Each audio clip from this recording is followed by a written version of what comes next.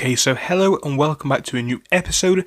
In this one, we are looking at BFT stock. So BFT has been moving quite a lot over the past 2 days. So of course, looking at the lows of the week, we can see BFT is now up about 12% from that point, and it looks like the hype really is starting to build around this SPAC. Now, of course, the merger date is nowhere near soon. I do believe it is going to be in the first half of 2021. That's a very vague time. It could be any time from now until the mid part of the year. But you know what? I personally believe this is going to be a more anticipated SPAC. This one has some big potential. It really is a very big merger indeed, in my personal opinion. So tonight, guys, I'm giving all of my personal views. If it sounds like a plan, if it's something that you'll enjoy, please leave a like and subscribe, because we do look at this all the time. We look at all kinds of stocks every single day, so please do subscribe. It would go a mile. With that being said, guys, if you want to come talk to us in Discord, you can. Our Discord is completely free and you can sign up below. And of course, if you want to become a channel member, you can do that by pressing the join button that is located next to the subscribe button. So with that being said, guys, let's jump straight into the video.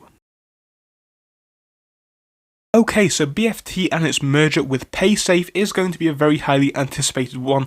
Paysafe is similar to PayPal in a way. It's an online wallet service, and they have many different partnerships and many different basically places where this service is usable, and of course that is a very good thing. The company has been established for many years now, and that is also a great thing because it shows that they aren't going away anytime soon. The market cap isn't as big as a company like PayPal, for example, but that's not necessarily a big thing because we don't need a company with a market cap of a few billion, if not trillion, to make a good amount of money. I believe this one will be worth quite a lot. Obviously, the market cap is a few billion, but it's nowhere near what PayPal's is, so please don't be too concerned, in my opinion, because this one isn't going to hit $300-400 a share like PayPal is, in my personal opinion. But we definitely do have some potential to touch $50 a share, in my personal opinion. And the reason why I say that, guys, and of course it is just my personal view, is the fact that the way that this SPAC has been moving over the past few days, if not the past few weeks. So of course, guys, this one has already been quite anticipated. Look at this one over the past month. We can see a big increase in the shares price. We are up about 16%, and of course that is very large for a SPAC which is so early on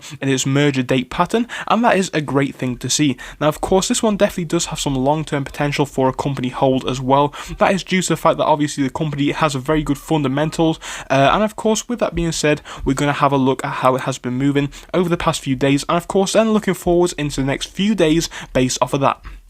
So guys, you can see on screen now that this one has been pretty heavily moving over the past few days. We are now up 11%, like I said, from those lows, and I definitely think there is some more potential to go on the upside. But overall, I wouldn't be too surprised if we saw a bit of a sell-off in the next 2 to 3 days, and I don't think that's a big thing at all. Obviously, it does present a new buy-in opportunity, and I think if you are going to be buying this one, guys, you definitely do need to be willing to hold it for the next few months to get the full potential. Don't get me wrong, there probably is going to be some potential in the next few weeks and the next few days, but I think if you are willing to hold for that more long-term period up until closer to merger, you are going to be seeing the bigger profits, as this one definitely does have some big potential and a lot of hype behind it as well.